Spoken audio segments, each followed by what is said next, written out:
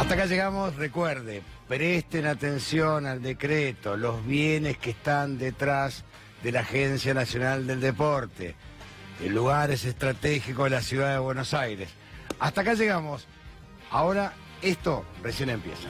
Antonio, anda? ¿cómo estás? ¿Todo bien, vos? Bien, bueno, vamos a empezar un programa, como así se llama el nombre del mismo, muy cargado con coyuntura. Vamos a hablar también del deporte. Viene Alejandro Maldonado, él es atleta paralímpico, a contarnos un poco también cómo hay un recorte en ese lado. Y en deportes, ¿sabés que hay 80 deportes que se recortan? 80 reportes. No existen más. No existen más. Y sumados a los que ya habían tenido un ajuste importante en los últimos años y que ven así, de esta manera, que ya sus reclamos no van a ser oídos, al menos en lo que vienen. Pero también viene, y de hecho ya está acá, Sergio Berni. Sí, lo saludamos recién. Lo saludamos ahora, vamos a hablar de inseguridad, de la aplicación o no de las Taser y también obviamente del panorama electoral, un año muy importante para la Argentina. También vamos a hablarlo con el Chino Navarro y bueno, un día bastante cargado de los cortes de luz, que vamos a empezar con eso también. Yo me voy ya, acordate, sí, los inmuebles que están detrás de la Agencia Nacional del Deporte. Interesante. En Núñez hay una cantidad de hectáreas. Y sí, un negocio millonario. Millonario. También. Antonio, muchas Buen gracias. programa, Por favor. Mucha mer, como se dice. Le agradecemos a Antonio y a todo el equipo de Minuto 1 y empezamos con Esto Recién Empieza. Vamos a hablar un minuto nada más de los cortes de luz. Después del tarifazo, apagones. Miren el mapa de la ciudad de Buenos Aires donde no hay luz y donde los reclamos vienen en aumento en este día fatídico, después de haber tenido 2 días de calor. 2 días de calor tuvo nada más Mauricio Macri y su gestión en energía, al menos en este verano, y ya tenemos esta cantidad de cortes, el 70% según lo relevado hasta hace un rato nomás de empezar el programa, el 70% eran de la compañía Edesur y de compañías que, bueno, tuvieron el visto bueno del gobierno en la previa de un aumento, el visto bueno de aumentar, en la previa de una suba importante. Este viernes ya empieza febrero y empiezan los aumentos en la ciudad de Buenos Aires, el área metropolitana, y en toda la Argentina tenemos tarifazos de distinto tipo. Fíjense, donde acá todo rojo es donde vemos la cantidad de cortes y el reclamo de buena parte de la clase media baja, que después de haber tenido aumentos de, atentos, según la Universidad de Avellaneda, arriba del 3000% en estos años, tienen esos cortes de luz, un suministro absolutamente irregular en la Argentina, y los que están en rojo que tal vez no vuelvan en las próximas horas, o al menos no tenían respuestas. Lo decía, por ejemplo, Alejandro Amor, más temprano entrevistado por este canal, que se vienen amparos, se viene una ola de amparos para que al menos se restablezca el servicio, se restablezca de una manera normal o tenga al menos una respuesta quienes fueron damnificados. Pero les decía, va a haber aumentos de promedio 32%, como vamos a ver en este relevamiento, algo que igual va a llegar al 55%. Fíjense, desde el 1 de febrero los aumentos seguirán hasta agosto. La Secretaría de Energía es la que lo dijo. ¿De cuánto van a ser los aumentos? ¿O de cuánto va a terminar siendo el aumento en electricidad en el primer semestre del año? Del 55%. Aumentos que también se replican en gas, se replican en el transporte, se replican en peajes y en todo lo que tiene que ver con la economía. ¿Cómo va a ser Macri para tener una inflación del promedio de 23%? Bueno, ya vimos por estos días que parecía imposible, o al menos parece imposible. Pero lo cierto es que viene todavía una parte importante del tarifazo y del reacomodamiento de precios, como dice el gobierno, en el medio del apagón, lo sabemos, en el medio del apagón o de la cantidad de usuarios sin luz que hubo en los últimos días. Vamos a ver la última placa y ya empezamos con el tema de inseguridad. Ya está Sergio Berni para hablar con nosotros los incrementos que se vienen en la electricidad. 14% en marzo, 4% en mayo, 4% en agosto, aumento, les decía, total del 55%. Insisto, se vienen amparos y se viene una nueva ola de reclamos por este tema. Fíjense esto, porque impacta en varios sectores, impacta en varias aristas de la economía y de los que quedaron afuera en estos últimos años del macrismo. Un bar, una cooperativa que va a tener que pagar 160 lucas de luz a la compañía Edesur. Va a tener que cerrar, o va a tener que ver cómo lo hace. Pero no es solo eso, también vimos cómo el Hospital San Martín, lo vimos en los videos durante todo el día, en la excelente programación de C5N, quieren ver un instante nada más, porque acá les muestro un bar, una cooperativa, y a alguno le puede parecer, bueno, tal vez no había que subsidiar ahí. Pero fíjense un instante nada más cómo se dio o cómo se está dando el corte de luz en el Hospital San Martín.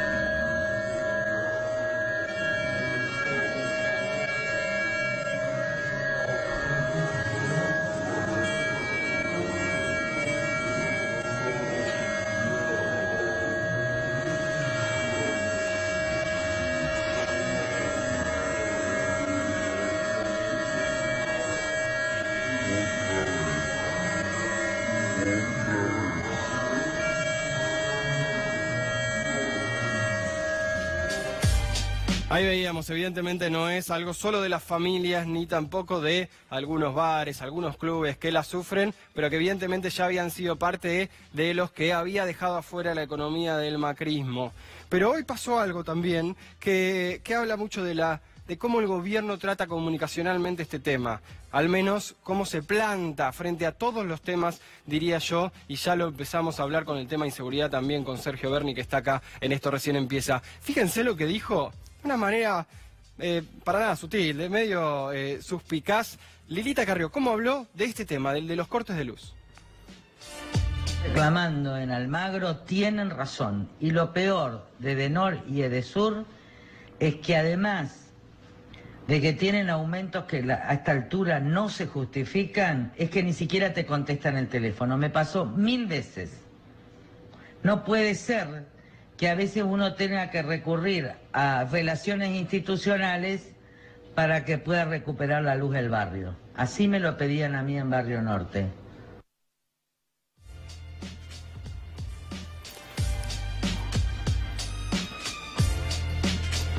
No pareciera ser la doctora Carrió parte de la alianza gobernante, pero lo cierto es que lo dice de esa manera, como ya en muchos otros temas usaba una crítica al gobierno y aprovechaba para ganar parte de ese espacio. Tema de inseguridad también lo ha hecho, también lo hizo Lilita Carrió esta semana. Quiero, antes de empezar a hablar con Sergio Berni, mostrarle dos encuestas que se hicieron y que se hacen con respecto a la inseguridad. Una clave que, vamos viéndolas, pero una clave que tiene que ver con la inseguridad, con quien hace encuestas, igual lo tengo a Sergio Berni, me va a decir, está bien, está mal, es, claro, todos los que le preguntan si prefieren que haya más seguridad o dicen que si la inseguridad está mal, dicen que,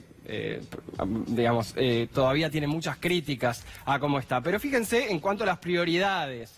La economía está en el 51% en cuanto a las prioridades del país, de quienes están encuestados, y solo el 12% dice inseguridad, que igualmente es el segundo problema más mencionado. Y también con respecto a las familias, en esta encuesta que tenemos relevada de Taquión, fíjense con respecto a las familias, que es un número también muy dispar en cuanto a cuál es el prioritario problema de la Argentina, según los encuestados por esta consultora.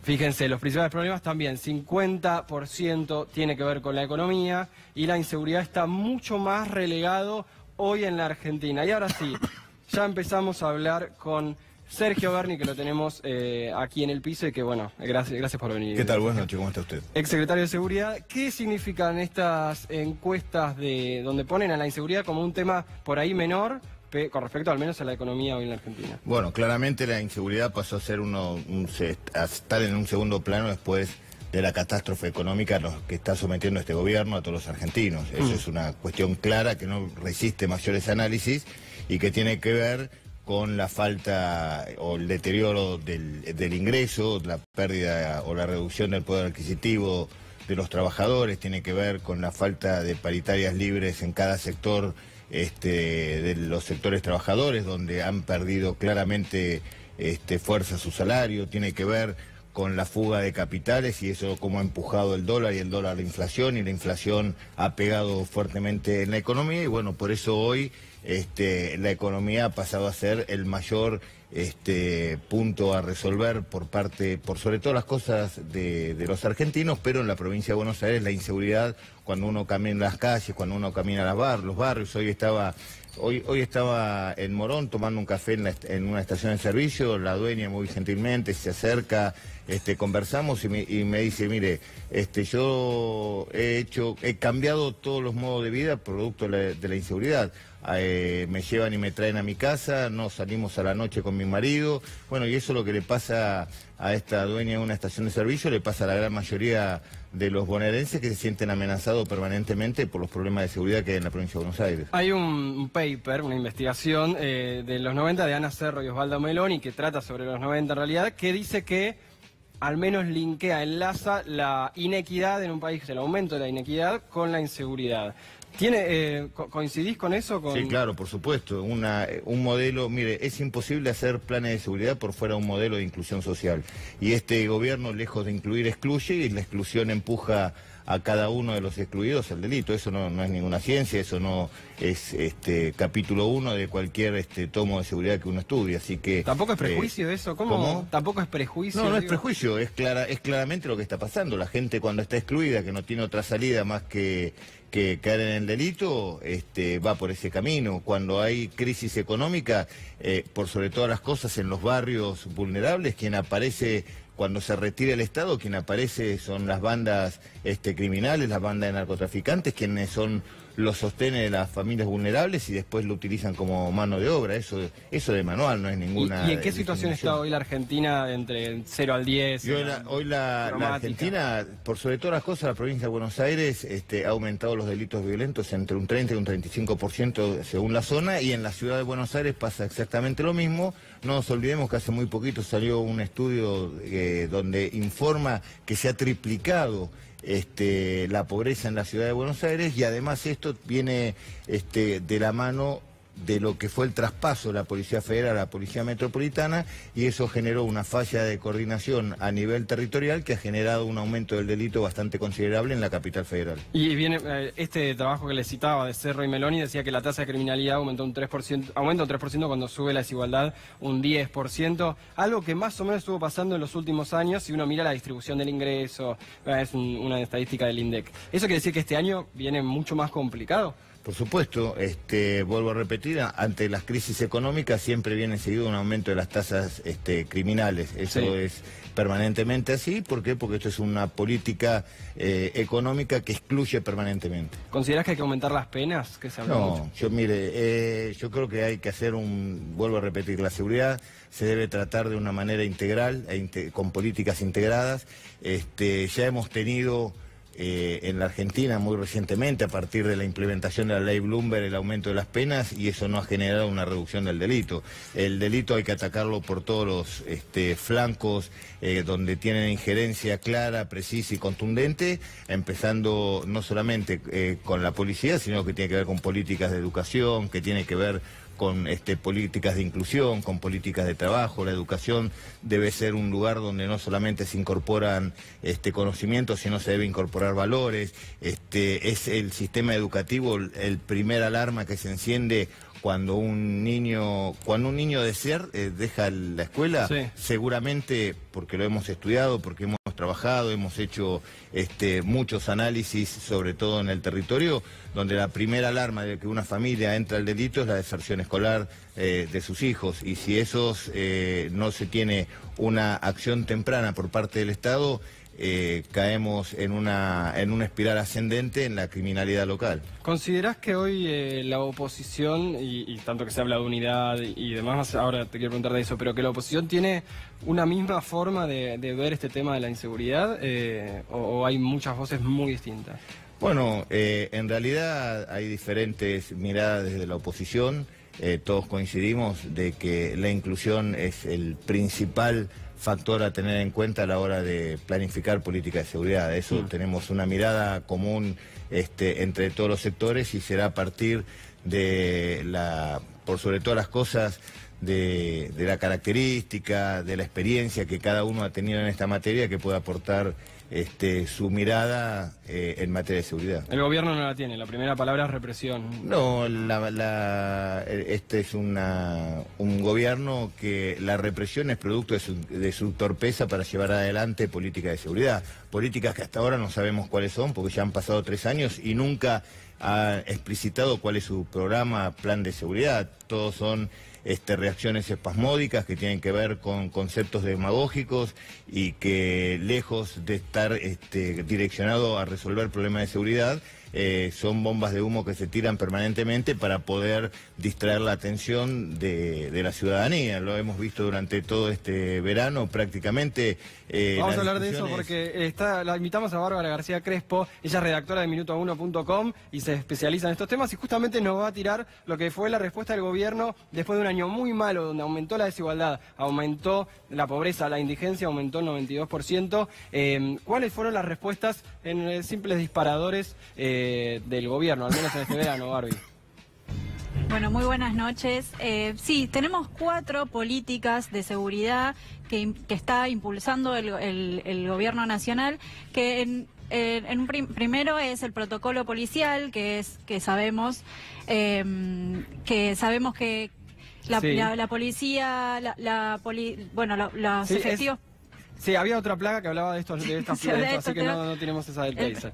Sí, pero no pasa nada. Es el protocolo policial que habilita a las fuerzas de seguridad a poder disparar sin tener que dar la voz de alto, como está establecido hasta ahora. Es el que generó bastante polémica. Tenemos también el proyecto de ley de expulsión de extranjeros, poder expulsar rápidamente a los extranjeros que cometen delitos. La ministra de Seguridad, Patricia Bullrich, dijo que el 20% de los presos hoy en día son extranjeros, entonces van a presentar desde el Gobierno Nacional este proyecto de ley.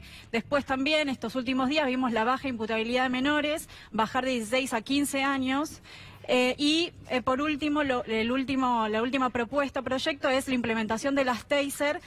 Tanto el Gobierno Nacional, también la ciudad y también la provincia de Buenos Aires lo van a implementar a partir de este año. Bien, ahora hablamos más específicamente de las taser, pero los de ahí faltan tres anuncios que hizo el gobierno de manera ribombante como una solución a los problemas de seguridad. El primero fue el protocolo antipiquete, que claramente ha fracasado. Después la ley de derribo. Este gobierno decía que el problema de la droga era que no había ley de derribo, entonces lo primero que hizo el gobierno fue anunciar con bombos y platillos la firma del decreto en el cual se habilitaba a la Fuerza Aérea a derribar todos los aviones que de manera ilegal incursionaban en el espacio aéreo de la Argentina, algo que ha fracasado totalmente.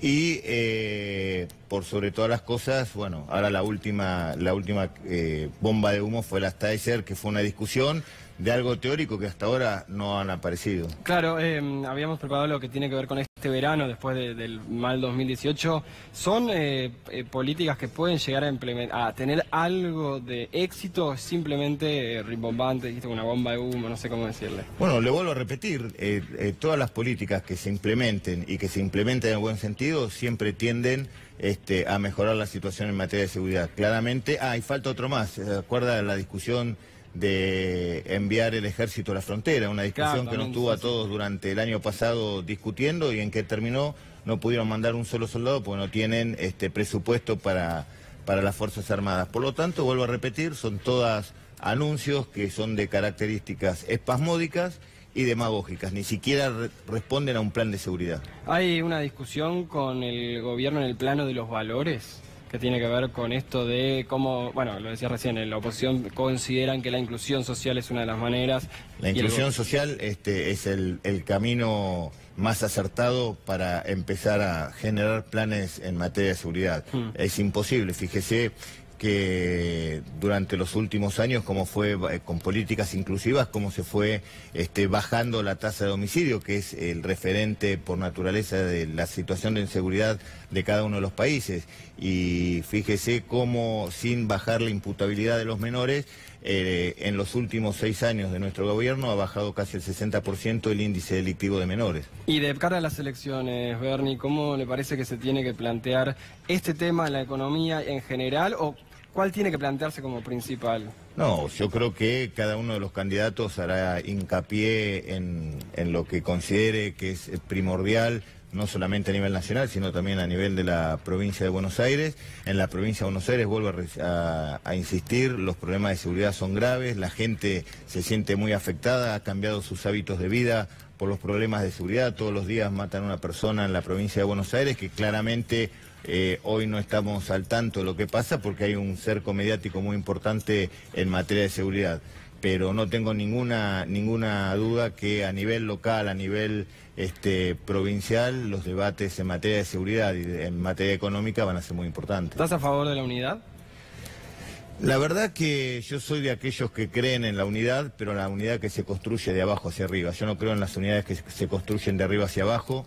Yo creo en la forma de construir la unidad del peronismo, esa unidad que se construye con nuestros sectores medios, con nuestra clase obrera, con nuestros industriales, con nuestros comerciantes, con nuestros docentes. Yo creo esa unidad que se debe gestar desde abajo hacia arriba, porque como decía Evita, el peronismo revolucionario no será nada, y las revoluciones siempre surgieron desde el pueblo. Entonces yo creo firmemente en esa unidad que se está gestando hoy en la calle, esa unidad que vemos de toda nuestra ciudadanía, y que estoy seguro que eso va a empujar hacia arriba para que haya una unidad mucho más amplia y mucho más grande, porque la posibilidad de que este gobierno vuelva a repetir un triunfo son bastante importantes. ¿Vos considerás que Macri hoy, como están dadas las cosas, puede reelegir? Increíblemente sí.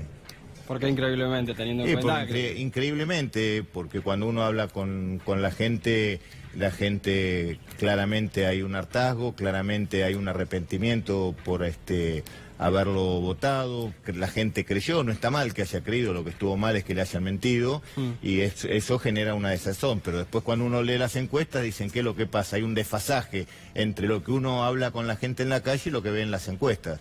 Bien, vemos el informe, te invito a verlo y obviamente a opinar después, sobre las Taser. Bárbara García Crespo preparó esto y vamos a repasar algo que el gobierno dijo que va a aplicar y que todavía no se sabe bien cómo, Barbie. Exactamente, el gobierno nacional prometió que va a implementar van a utilizar 300 Taser a lo largo de este año. También anunciaron desde el gobierno de la ciudad y desde la provincia que lo van a implementar también, sobre todo en lugares multitudinarios como es aeropuertos, estaciones de trenes y subtes. Bien. La idea principalmente, lo que nos interesa a nosotros ahora mostrar es qué pasa en los lugares donde sí se implementa la Taser, como es en Estados Unidos, en México, en Brasil. La realidad es que las Taser están nominadas como armas no letales, y esto no es tan así debido al mal uso y protocolo que tienen los efectivos policiales. Es muy discrecional, obviamente depende de quién la utilice. Totalmente. Hay un estudio de Amnistía Internacional que dice que desde 2000 a 2017 hubo 600 muertes de efectivos en manos de Taser, y de estas víctimas el 90% estaban desarmadas. Bien, entonces lo que ahí es un dato. Lo importante para poder entender por qué se quieren utilizar las Taser debería ser para sustituir a las armas de fuego. Sí. Cuestión que no se hace, y permitir de manera que los efectivos las utilicen de manera discrecional, o cuando no quieren usar otras formas, o por ejemplo contra menores que están haciendo algún delito pero no saben si están armados o no, se utilizan, pueden ocasionar la muerte. Pueden ocasionar la muerte. Obviamente eso, lo que decíamos de lo discrecional tiene que ver con la preparación de las fuerzas. Bernie, ¿hoy las fuerzas están preparadas para utilizar esta herramienta? No, claramente no están preparadas, pero no por una falta de incapacidad o de recursos humanos. No está preparada porque nunca tuvieron una Taser. Para prepararla necesitan una importante capacitación, gran cantidad, por sobre todas las cosas, de entrenamiento práctico, algo que es muy distinto al uso del arma de fuego, porque es muy difícil utilizar la Taser, porque en vez de una munición como es el arma de fuego, son dos dardos que además salen en ángulo de 45 grados, por lo tanto se necesita un entrenamiento muy fuerte, muy eficiente, y por sobre todas las cosas de horas hombre y prácticas de cartucho, y cada cartucho hoy sale prácticamente entre 700 y 800 dólares, y una persona que necesita entrenar no puede no disparar menos de 1000 prácticas durante su entrenamiento. Y con respecto a la utilización que le quiere dar el gobierno nacional para utilizarlo en aeropuertos, en lugares multitudinarios, ¿qué riesgos corre a la hora de que haya muchísima gente en los lugares donde se utiliza la Taser? Claramente que los riesgos son mucho menores ante la presencia de un arma de fuego, eso está claro. Yo me acuerdo perfectamente el caso de un policía hace 4 o 5 años que salió corriendo a detener a una persona, se le cayó el arma, se disparó cuando tocó el suelo y mató a una persona que venía saliendo de trabajar. Ese tiro cruzó la 9 de julio. Claramente que en lugares donde hay mucha población civil, la taser sigue siendo una solución para que esas cosas no ocurran. Vamos a ver entonces dónde no se debería utilizar, ¿no, Barbie? ¿En qué situaciones? Sí, hay casos específicos donde no pueden utilizarse las taser. Siempre tenemos que hablar de la utilización de taser, debe tener un protocolo, una normativa para poder utilizarlo, pero en estos casos no se puede utilizar. Son en personas embarazadas, personas con signos de intoxicación por alcohol o drogas. Esto es difícil de saber a la hora de... Eso hay que ver cómo el efectivo puede darse cuenta si una persona que está cometiendo un delito porque aumenta el riesgo. Aumenta el riesgo. Personas con padecimiento mental, también con problemas psicológicos, y personas que ya estaban arrestadas, esposadas, precintadas. No hace falta, en ese caso, utilizar la taser. Pero también hay otros casos, ¿no? Que tienen que ver más con la situación de, bueno, no sé si situación de arresto o cómo se diga, pero sí la situación más in situ. Bien. Personas que ya hayan recibido una descarga, porque esto puede afectar aún más la salud. Sí. Personas a las que también se les arrojó gas pimienta, porque este tipo de gas pimienta se está comprobado que puede generar una combustión y puede ser letal a personas que le hayan disparado gas pimienta. Así que en manifestaciones, si se utiliza el gas pimienta, había que no se podría utilizar las taser. Y otras formas de que no se puede utilizar es, nunca hay que disparar al rostro porque puede impactar en los ojos y causar ceguera. Bien, bueno, estos son varias de las del detalle, de la letra chica de uno de los reclamos, o uno de aunque sea de las anuncios rimbombantes, como dijo Bernie, del gobierno. Gracias, Barbie, la pueden leer en Minuto 1, sigue muy bien estos temas y vamos a seguir claramente el tema de las taser. Bernie, reformulo la pregunta entonces, no si está preparada la policía hoy, pero hoy tiene la capacidad de en pocos meses la policía en la Argentina tener todo esto en cuenta, o hay que tener una preparación aún mayor? No, por supuesto que una vez que ingresen las pistolas y se le dedique horas de entrenamiento, la policía va a adquirir la capacidad necesaria y suficiente para su buena utilización. Todo tiene que ver con que haya presupuesto para que esto se lleve adelante, cosa que hoy vemos muy difícil. Bernie, considerando lo que está pasando en Brasil y demás, ¿ves un año donde en caso de no haber más consenso o un escenario electoral tranquilo, podamos hablar de peligros en la Argentina? Bueno, no solamente lo que vemos en Brasil, lo que hemos estado viendo en Venezuela estos últimos días, hay una injerencia muy fuerte por parte de la justicia, por parte de potencias extranjeras en los asuntos internos de los países, y claramente esta intromisión en los países de estas potencias extranjeras tienen que ver con responder a requerimientos especiales o necesidades especiales. No es casualidad que Venezuela, que es la principal reserva de petróleo de Latinoamérica, hoy te esté pasando por la situación que está pasando. Muy cortito, ¿qué pensás de Bullrich diciendo no me molesta que me digan Bolsonaro? No, me parece que es parte de su autobombo y de su ego, y que la necesidad de intentar plantarse como una posible candidata a vicepresidente del presidente Macri. Gracias, Bernie. Por favor. A Sergio Berni, ex secretario de Seguridad, y hablamos un momento de la unidad, y buena parte de lo que se viene este año tiene que ver con las elecciones, pero en la previa, si hay unidad o no.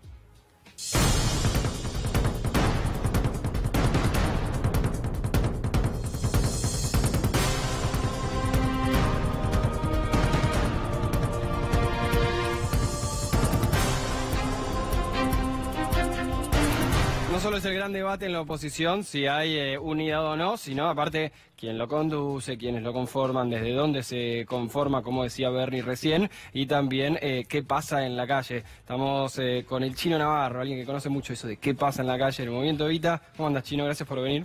Un gusto. ¿Conocés bien lo que pasa en la calle? Hoy está muy complicado saber qué pasa. No, yo sí creo que es menos lo que sabemos que lo que sabemos menos de lo que deberíamos saber. Pero vamos a lo concreto.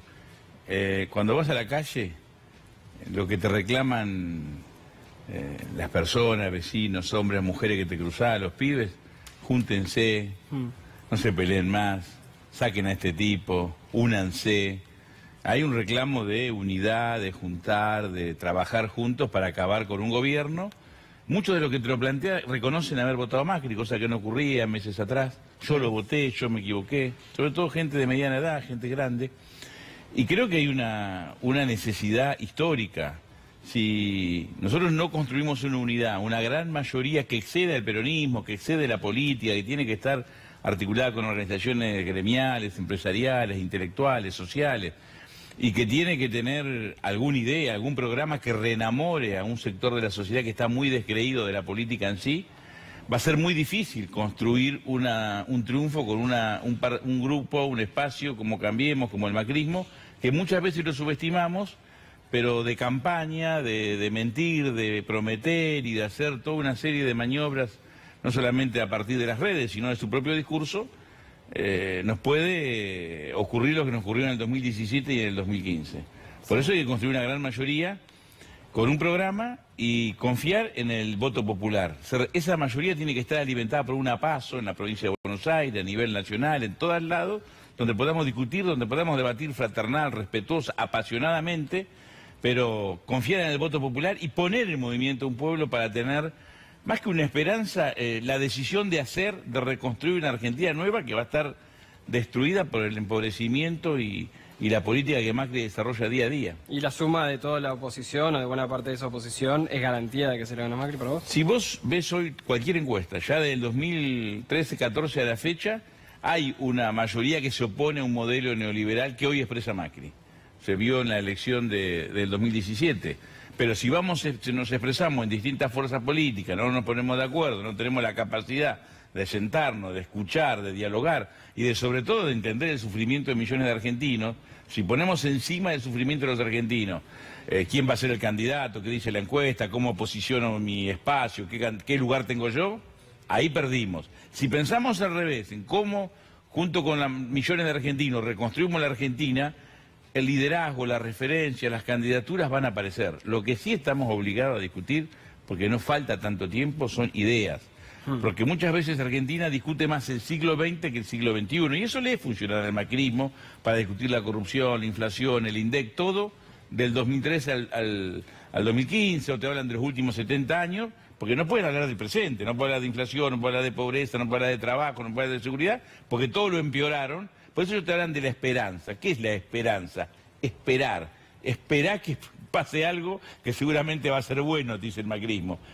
Nosotros tenemos que hablar del presente, pero también tenemos que construir un futuro en base a cuestiones concretas, posibles, articular con la expectativa, con el sueño. Pero también apela mucho a lo emocional, el macrismo, y lo ha hecho, bueno, lo hace incluso hasta Trump o Bolsonaro, la política en general apela a lo emocional. Es verdad. ¿A qué parte de lo emocional se le puede apelar más allá del antimacrismo? Porque pareciera que lo único, vos decís, es idea. No, yo creo que tenemos que salir de la pelea. Si nosotros quedamos clavados en la discusión de la corrupción, a ver quién es menos corrupto, o de la inseguridad quién es menos malo, o de la inflación quién tiene más inflación, ahí perdimos. Sí. Porque hay un núcleo, que es 15, 20%, que descree la política y después termina votando al menos malo por razones diferentes a lo que uno supone que debería votar y nos enojamos.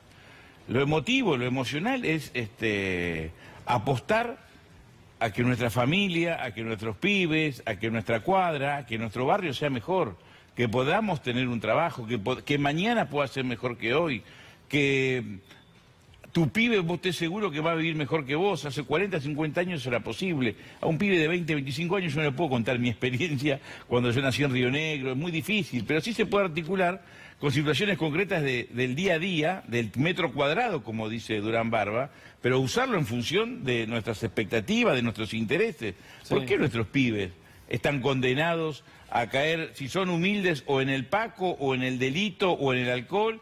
Y si son de clase media, bueno, en esa incertidumbre, esa falta de certeza de qué va a pasar, entonces todo no me importa nada. ¿Cómo reconcilias al vecino, a la pelea pobre contra pobre, ¿no? Al vecino que dice, mi vecino debería estar en cana porque es pendejo, y todo lo que hablábamos también de inseguridad y de prejuicios? Y también cómo reconcilias a la familia argentina que está hace rato dividida y enojada.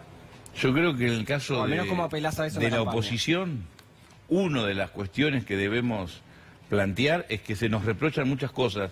A ver, del 2003 al 2015 hubo muchísimos logros, muchos avances, y yo, haciendo un balance de los 70 para acá, creo que fue lo mejor que nos pasó a los argentinos. Sí. Pero si creemos que hicimos todo bien, si creemos que no nos equivocamos, que no defraudamos, que no fallamos, y no tenemos la humildad de reconocer cuando viene el reproche, cuando viene el embate, cuando viene la crítica, tenés razón, no, nos equivocamos. Yo creo que estamos dando mal el debate de la corrupción, por ejemplo.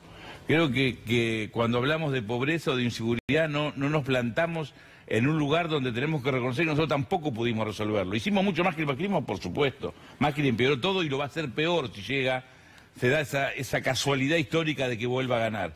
Pero hay que pararse y reconocer y escuchar, y junto con esa crítica de ese vecino, de ese grupo social, buscar construir un instrumento para ir hacia adelante, pero con certezas, con cuestiones concretas. A veces nosotros, en el entusiasmo, planteamos, bueno, vamos a reformar la Constitución, bueno, vamos a subordinar la justicia al poder popular, vamos a construir hegemonía.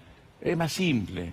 Es cómo sacamos a una familia de la pobreza, cómo ese pibe va todos los días a la escuela, cómo bajar de colectivo, vos tenés la certeza que no te van a robar en la esquina, cómo mañana va a ser mejor que hoy, cómo vos no tenés miedo de perder tu trabajo, cómo de a poco empezamos a crecer.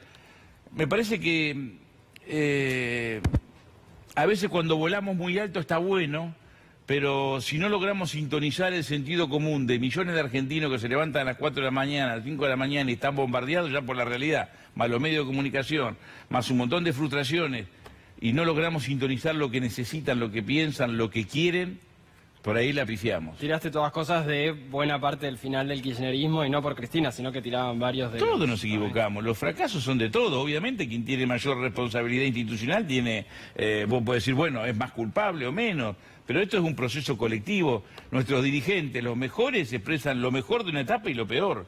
Pero tenemos que hacer cargo todos, sobre todo quienes estamos en el mundo de la política.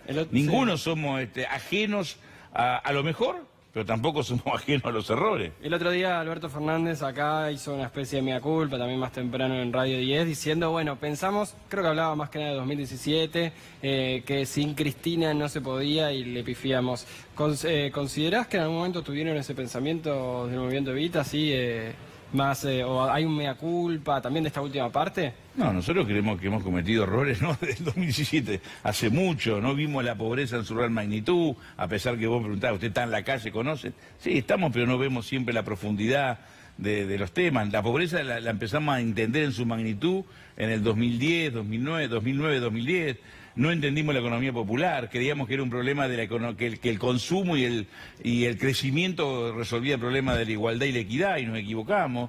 No veíamos que el sistema productivo ha variado sustancialmente. El tema de la seguridad, no entendíamos que no es el tema de más policía, más cámaras, más patrulleros, que es evitar el delito, no solamente intervenir cuando el delito ocurre. ¿Le estás copiando al macrismo eso, decir, sí, nos equivocamos, sí hicimos, o es una cuestión de... En el caso nuestro, por suerte, lo dijimos muchas cosas antes. Sí.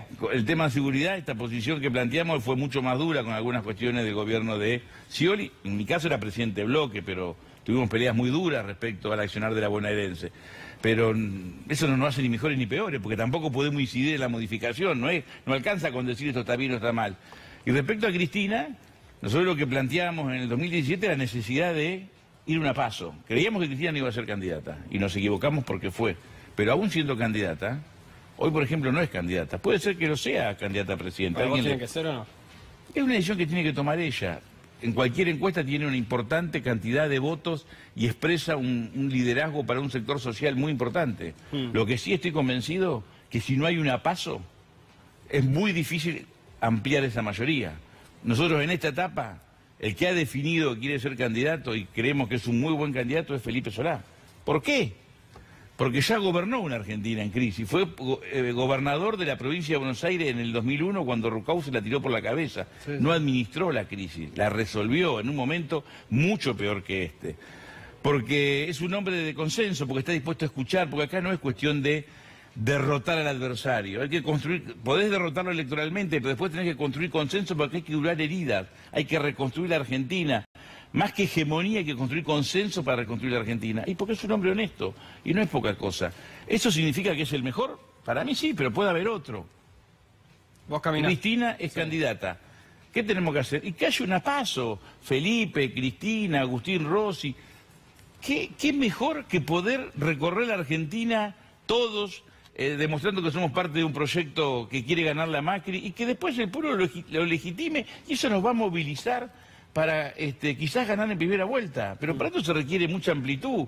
Por eso te digo, no es el peronismo, es el Nuevo Encuentro, es el Partido Intransigente, es el socialismo, son los radicales que se oponen a Macri, las organizaciones sociales, sindicales, los empresarios, los pibes. Nosotros tenemos que motivar a los pibes que cuando hablas de política te futean. ¿Y para vos Macri tiene miedo? Porque ahora no se van a desdoblar las elecciones, ahí unió filas con Larreta y Vidal. Eso es un problema de autoridad. Macri lo que demostró, primero quedó claro, porque viste que siempre Vidal, con algunas medidas que ha tomado, algunos dicen, bueno, Vidal es distinta, le aumentó a los jubilados, no aplicó el protocolo de Bullrich, siempre quedó demostrado que Vidal es Macri, sí, y que conduce es Macri, para que no discutamos más si Vidal es distinta o no, obviamente que es distinta, todos somos distintos, pero es Macri, versión mujer en la provincia de Buenos Aires, con una pésima gestión.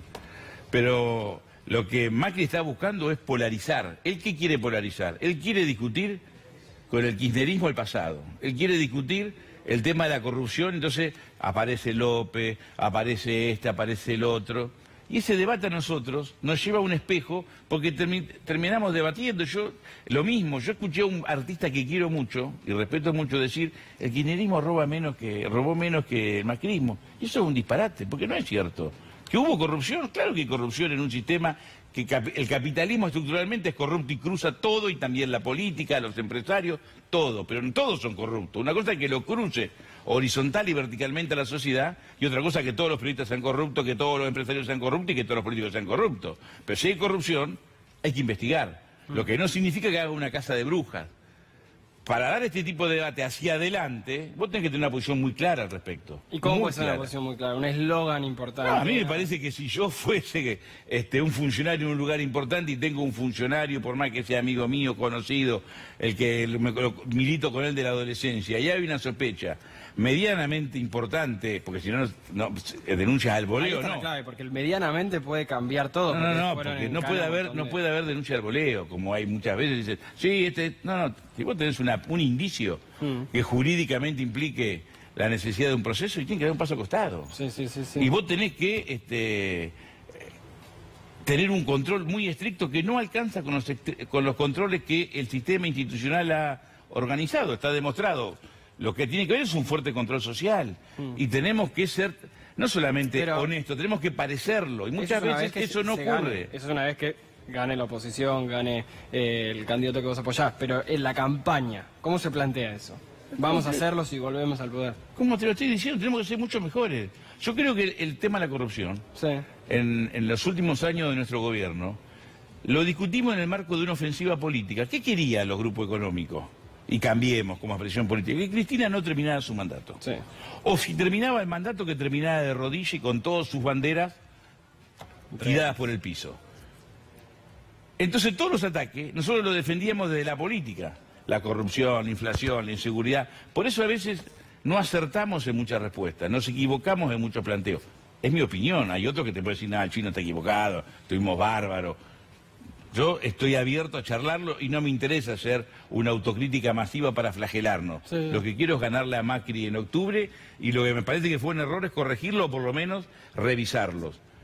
Entonces, hoy lo que tenemos que reconocer es que si bien ninguna persona que está procesada hasta que no se demuestre su culpabilidad es inocente, no se puede negar que con un entramado empresarial que no nació cuando subió Néstor Kirchner, que viene ya de la época de la dictadura. Todos sabemos lo que era la cartelización, todos sabemos que 3 o 4 empresas determinan el precio de los alimentos, o de las gaseosas, o de la nafta, etcétera, cómo los directorios de empresas del Estado estaban copados por personajes ligados a empresas privadas.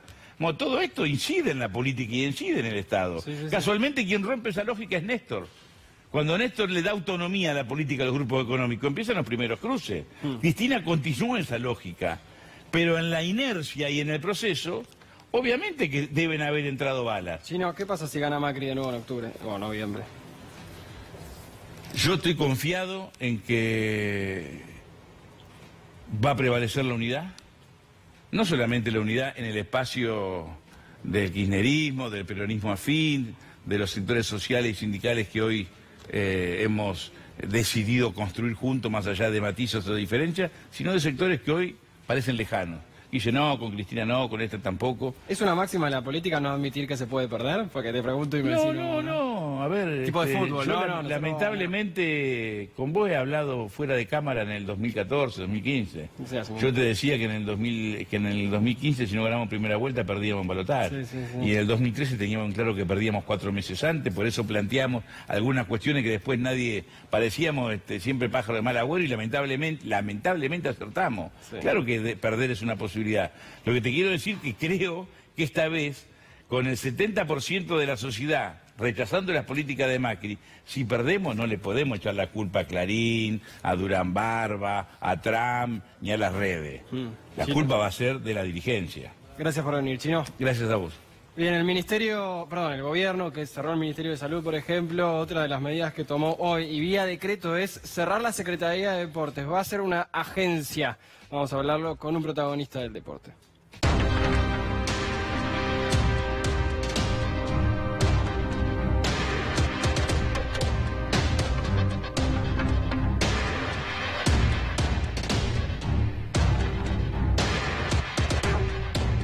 Bien, Alejandro Maldonado es atleta paraolímpico y la verdad que todos los atletas, todos los deportistas en Argentina vienen sufriendo un recorte importante hace un tiempo, pero de mínima hoy se enteraron que no se va a revertir eso, ¿no, Ale? No, así es. Ante todo, bueno, muy buenas noches, la verdad que para mí es un placer estar acá el C5N y la verdad que el C5N también de alguna u otra manera acompaña el deporte paralímpico, eso es muy importante porque también es una buena difusión para el deporte paralímpico, ¿no? Y a través de este canal se va sumando gente para que la gente empiece a hacer más deporte, porque el deporte es salud, es vida y es lo que uno lo reconforta, ¿no?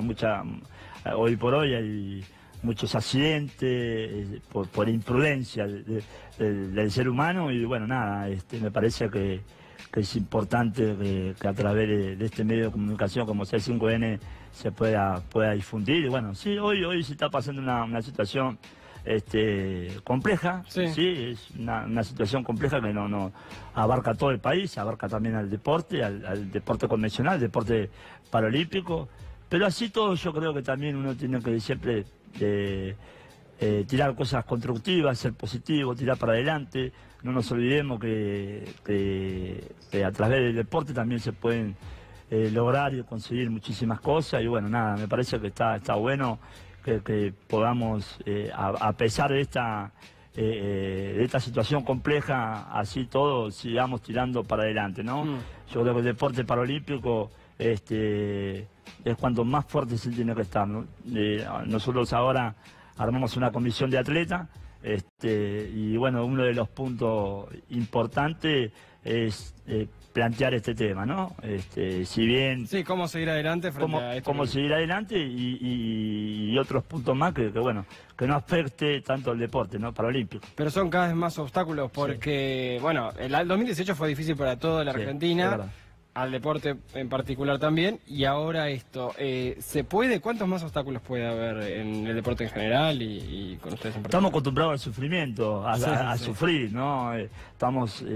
Hoy por hoy constantemente tenemos obstáculos, así todos somos optimistas, pero no sé hasta cuánto puede durar. Yo particularmente, ya con 41 años, vengo en representación de los atletas actuales y de los que están por venir, ¿no? Me parece que no hay que aflojar, hay que estar más unidos que nunca y me parece que bueno, no podemos permitir que nos afecte, no solamente a los que vivimos acá, sino por mucha gente de afuera que se acerca hasta el CENAR. Vos fíjate que hoy por hoy, si supongamos que el CENAR ya prácticamente se traslade o lo quieran hacer agencia, vos fíjate que el 50 o el 60% del deporte paralímpico ya desaparece, ¿sí? Porque trasladar a los deportistas paralímpicos a Villa Lugano, 2 horas de ida, 2 horas de vuelta, más el entrenamiento, es automáticamente que el deporte desaparece. Y eso es lo que no hay que permitir. Sí. Si lo convierte en agencia y puede seguir funcionando, y que sea constructivo para el deporte paralímpico.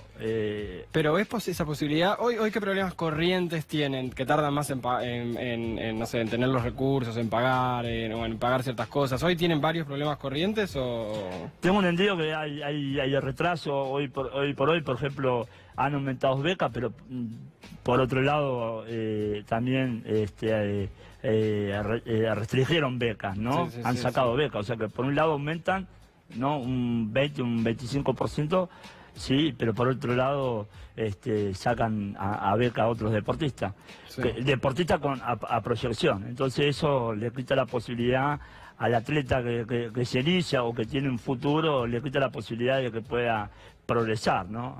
Parece que no, pero son puntos muy complejos que hacen que es un retroceso. Todo esto lamentablemente es un retroceso. Entonces me parece que no ayuda, no aporta. Y bueno, era lo que te decía recién, ¿no? Hay que estar unidos, hay que estar fuerte. ¿Insistís con eso porque ves mucha desazón en colegas tuyos? Sí. O sea, los ves mal.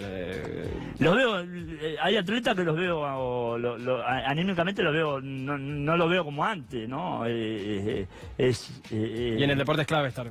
Y sí, obvio. Pero bueno, qué sé yo, siempre hay que buscar la vuelta para seguir adelante y entrenar y pensar en positivo. Obviamente que esto te traba, ¿no? Sí.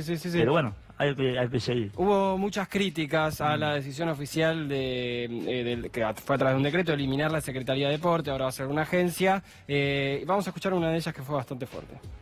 Evidentemente tiene que ver con esta necesidad que tienen de juntar dinero. Entonces, en uno de los artículos dice que esta agencia va a poder vender, alquilar la infraestructura deportiva que tiene la Secretaría de Deporte, que tiene mucha, de alguna manera cerrando infraestructura deportiva y la está canjeando para hacer edificios para un grupo social muy selecto de nuestro país, porque ahí las tierras son para que los ricos puedan comprar sus edificios y sus casas mirando al río, y de alguna manera le está quitando la posibilidad a miles de argentinos que hagan actividad física y deportiva y mejoren su vida a través del deporte. Claro. Que evidentemente el desastre económico que han hecho hace que traten de sacar plata de donde sea para poder pagar la deuda. Muchas críticas con la especulación inmobiliaria que puede venir por los terrenos, por ejemplo, del CENAR. Si el CENAR se cierra, todos estos pibes y pibas que están acercándose al deporte y que aparte tienen un Juegos Olímpicos muy importante este año, Lima, ¿qué pasa con eso? ¿Qué pasa, no? Esa es la pregunta a mí yo. La verdad que desaparece todo, porque vamos a ser relativo, mira. Sin ir más lejos, mira, yo hace 16 años que pertenezco al seleccionado, ¿no? Sí. Al seleccionado del atletismo. Y en estos 16 años, ¿no? Bueno, te das una idea de la cantidad de atletas de chicos que han pasado. Para que te des una idea, hoy por hoy tenemos, por ejemplo, te nombro algunos, Juan Angerama, que se viene de Zárate, en micro de larga distancia, que aprovecho para decir que muchas veces la gente de Chevalier no le quiere cargar la silla de ruedas porque es un estorbo. Fíjate vos cómo se vive, ¿no? Y así todo, él le pone garra y viene a entrenar, qué sé yo. Tenemos gente de Chaco que se viene en micro para poder venir a entrenar también, para concentrar. Actualmente tenemos un atleta también que vino de La Rioja a vivir al CENAR, porque tiene un futuro y una proyección tremenda, ¿no? De todos estos atletas que yo te estoy nombrando, también están todos clasificados para los Panamericanos de Lima este año. Claro, ¿sí? Y con una proyección muy importante a Tokio 2020. Entonces, ¿qué quiero decir? Lo que quiero decir es que si se ponen todas estas trabas, ¿sí? Si se ponen todas estas trabas, traba todo, es un retroceso para todos los deportistas. Y para los que no solo para los deportistas paralímpicos también, sino para el deporte convencional. Yo sé que muchos deportistas hoy por hoy les cuesta salir a pelear por lo del CENAR. ¿Por qué? por conveniencia, yo creo que es por conveniencia, ¿no? Algunos atletas por retener sus becas, otros bueno, el por deporte... bueno, te lo pregunto igual, lo iba a hacer en tono de afirmación, pero algunos deportes no, pero otros deportes requieren de mucho individualismo, lamentablemente. Y bueno, tal vez tiene que ver por ahí con eso, ¿no? Se salvan su quintita algunos. Tal cual, yo creo que sí. Por eso yo, en nombre de todos los atletas, en nombre de todos los atletas que van a... todos los atletas paralímpicos que van a entrenar al CENAR, yo digo que no a estas cosas. Me parece que es un retroceso. Si vos supieras, me parece que también está bueno. Algo que sucede siempre en los años que yo voy a entrenar al CENAR, mirá, tanto el personal como del CENAR, la gente de limpieza, la gente de mantenimiento, la gente que corta el pasto, la gente de la pista, no sabes cómo tratan. Y lo bueno de todo esto, que todos te tratan como atleta, no te tratan como una persona en silla de ruedas que vas a hacer deporte, te tratan como atleta.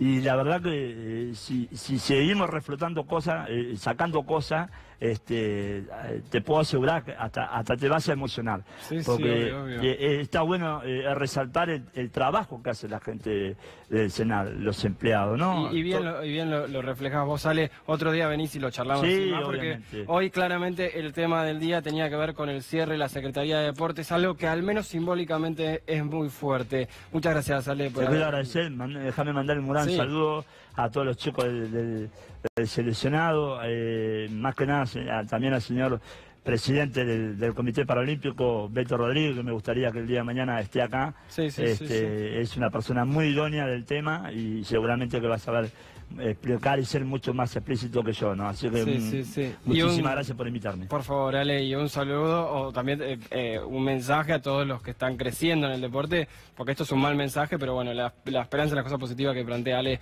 se pueden ver para el futuro. Vamos a una tanda y después les cuento un detalle más sobre lo que puede venir en los próximos días con los cortes de luz.